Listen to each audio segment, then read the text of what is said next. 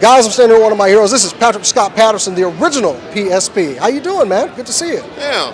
How you enjoying SGC so far? Oh man, it's electric in this place, man. You know, it's like the gaming party event of the year, and it really does keep to that. Everybody in here is excited to be here. They're having fun, smiles on their faces. I love it. Well, it's video games. We're gamers. This is our heaven. Absolutely, man. And you've got everything from old school arcade games to some of the latest and greatest, and a whole bunch of indie games behind us here. So you got a little bit of everything too. And you've been all over Dallas on some of these cons. We saw you at ACON. We never did get to catch up with you at ACON. I moved quickly. Yeah, you know. You're all over the place.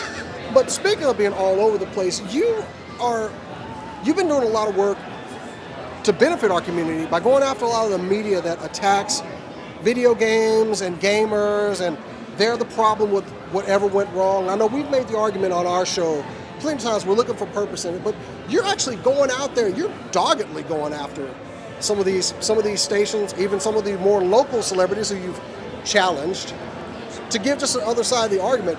First of all, thank you for doing it, and what made you want to start doing that at first? Well, I mean, the debate over violent video games, I call it that because you only hear one side of it on TV.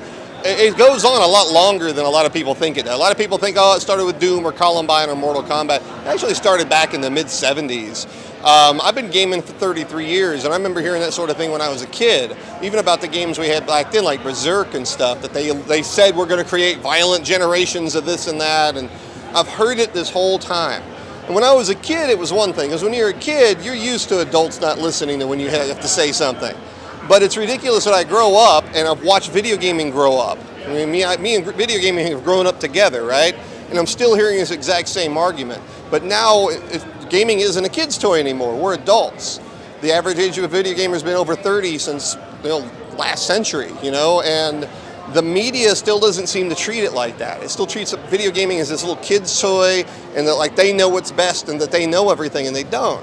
And what it drives me crazy, I mean, they're going to say what they want to say. Obviously, you're not going to convince some of these people that they're wrong. But the media's responsibility is to have equal time, is to have balance.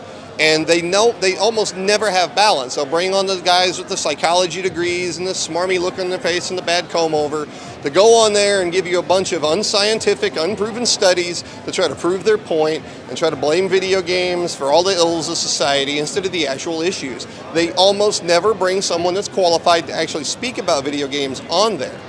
And like I said, I've been gaming for 33 years. I keep bumping your microphone. I make my living talking about video games at events like SGC and in documentary films and in media opportunities.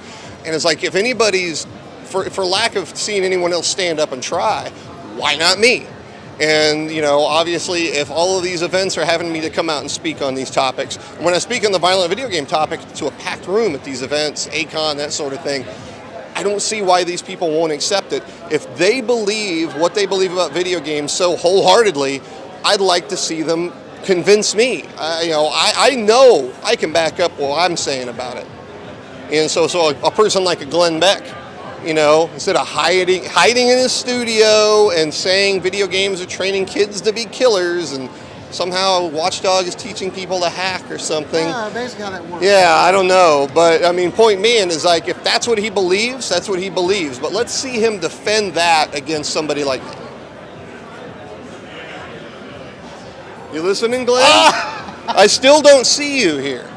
And on that note, you have gone after them about, hey, give me equal time, but you've held events where you invited them to come out and nothing. Absolutely. ACON 25 was the most recent one. It was an empty chair. Yeah, it's an empty chair. I mean, and the thing is, we went on with that empty chair and that empty mic that was set aside for Glenn Beck. That was not something that was done just to be funny or this or that. It was done to prove a point. When the violent video game debate happens, there's only one side talking, and unfortunately, that's the side that typically has the bigger platform. It's great for me to be able to speak at something like ACON or SGC about these types of things, but they're the ones that go onto the TV news. They're the ones that get to write the books and they get to go into the New York Times and all that sort of stuff. And so therefore, that's the only side that these politicians are hearing and that these parents groups are hearing. And that they try to go do all these things. It's just a waste of time and money and taxpayer dollars and a waste of time in finding out why some of these people went crazy and killed people in the first place. Because it wasn't a video game. It wasn't what they ate. It wasn't a pair of shoes, all of which they probably own. You know, there's something else to that, or we'd have tens of millions of these killers running around. Man, we could go on and on about this. Oh, absolutely, man. I could no, fill up this whole thing, man. No, we're going to try to pull you for the show. But guys, in the media out there, he's a nice guy. I just talked to him a while. He's a great guy. You should have him on. And Glenn, you should probably accept an actual gamer or somebody that knows what they're talking about to come down and talk to you. I live down the road from you, Beck. Right down the road from your studio. Call me. Check your email, your producer's email. And I'm even willing to can I moderate it? I'll be nice. Right, guys? Well, I'm a nice guy. Well, even shaking your head back there. Even on his show, it'd be on his turf. It'd be in his studio. All right? I still think. I know I can back up what I say about video games and video game culture and video game history. I guess he doesn't feel like he can. Such a weak argument. Man. Guys, thank you very much, man. Guys, absolutely. Follow him, the Twitter handle. I just sit down there, and, man, thanks for talking to us. It was down there, trust me. It was down there. It was down there. Thanks, guys. I appreciate it.